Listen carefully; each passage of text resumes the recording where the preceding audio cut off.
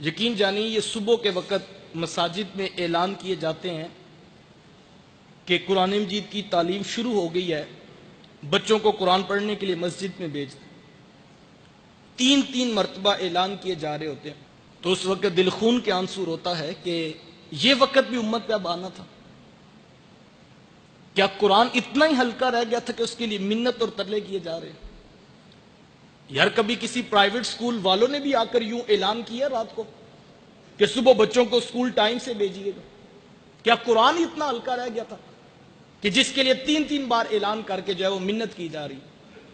اور پھر مائیں بچوں کو تھپڑ مارتی ہیں اور کہتی جا کے قرآن پڑھے۔ بچے کی آنکھوں میں آنسو ہوتے ہیں، میلے کچیلے کپڑے اس نے پہنے ہوتے ہیں، اور بعض اوقات رات کپڑوں میں پیشاب کیا ہوتا ہے،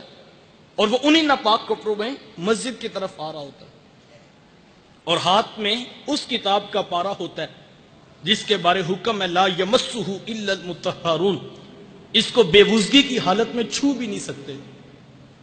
اور پھر جو مساجد کے اندر کی حالت ہے وہ بھی ناگفتہ بے ہے۔ ایک قاری صاحب ہیں، 60 بچے ان کے سامنے بیٹھے ہیں، آدھا گھنٹہ کلاس کا ٹائم ہے، کوئی صاحب فہم مجھے بھی یہ بات سمجھا دے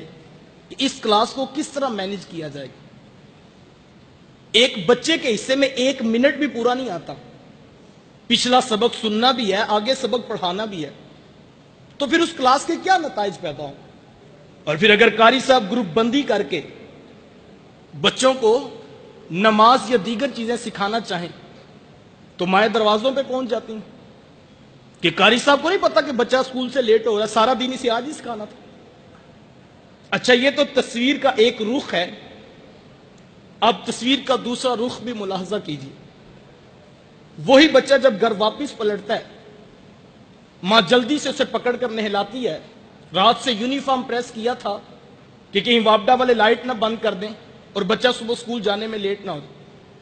اسے پریس یونیفارم پہناتی ہے، اس کی آنکھوں میں سرما، اس کے بالوں میں تیل لگاتی ہے، ٹائی اس کو اسکول کے یونیفارم کی دی جاتی ہے، بیچ اس کو اسکول کے یونیفارم کا لگایا جاتا ہے، پالشڈ شوز اسے دیے جاتے ہیں، اور اس کھیل میں امیر غریب دونوں جو ہے وہ پوری تیزی سے آگے بڑھ رہے ہیں۔ میں نے ان پڑھ ماؤں کو دیکھا ہے جن کو نہیں پتا کہ کاپی اور کتاب اور سبجیکٹس کتنے ہیں، لیکن وہ بھی انگلیوں پہ انہوں نے کتابوں کی تعداد اور کاپیوں کی تعداد گنی ہے، وہ رات کو پوری کر کے سوتی ہے، ربڑ شارپنر خود اس کے بیگ میں رکھتی ہے، صبح اٹھ کے لنچ باکس اس کے بیگ میں رکھا جاتا ہے، واٹر کین اس کی بغل پہ لٹکائی جاتی ہے، باپ اٹھ کے اس کا ماتھا محبت سے چومتا ہے، 10 روپے خرچی اس کی جیب میں ڈالتا ہے، اس کو اٹھا کر بائک پر بٹھا کر محبت بھرے لہجے میں باتیں کرتا ہوا اسکول چھوڑ کر بھی آتا ہے، اسکول سے لے کر بھی آتا ہے۔ میں یہ نہیں کہتا بچوں کو اسکول نہ بھیجو، لیکن ایک سوال میں آپ کے ضمیر پہ چھوڑنا چاہوں گا کہ کبھی تنہائی میں بیٹھ کر یہ سوچنا کہ آپ کی اس پوری ایکٹیویٹی سے بچے نے کیا اخذ کیا؟ بچے کو یہ بات سمجھ آئی کہ وہ جو صبح تھپڑ مار کر مسجد میں بھیجا جاتا ہے وہ تو ایک اٹھنے کا بہانہ ہے، وہاں تو 3 دن بھی چھٹی ہو جائے نہ قاری صاحب کی طرف سے پیغام آتا ہے، نہ ماں باپ پریشان ہوتے ہیں کہ تو 3 دن مسجد کیوں نہیں گیا۔ اور یہ اصل کام ہے جس کے اوپر پورے خاندان کی توجہ لگی۔ آپ کہتے ہیں یہ میری بات نہیں مانتا، یہ ماں کے ساتھ بدتمیزانہ لہجے میں بات کرتا ہے، تو صاحب معذرت کے ساتھ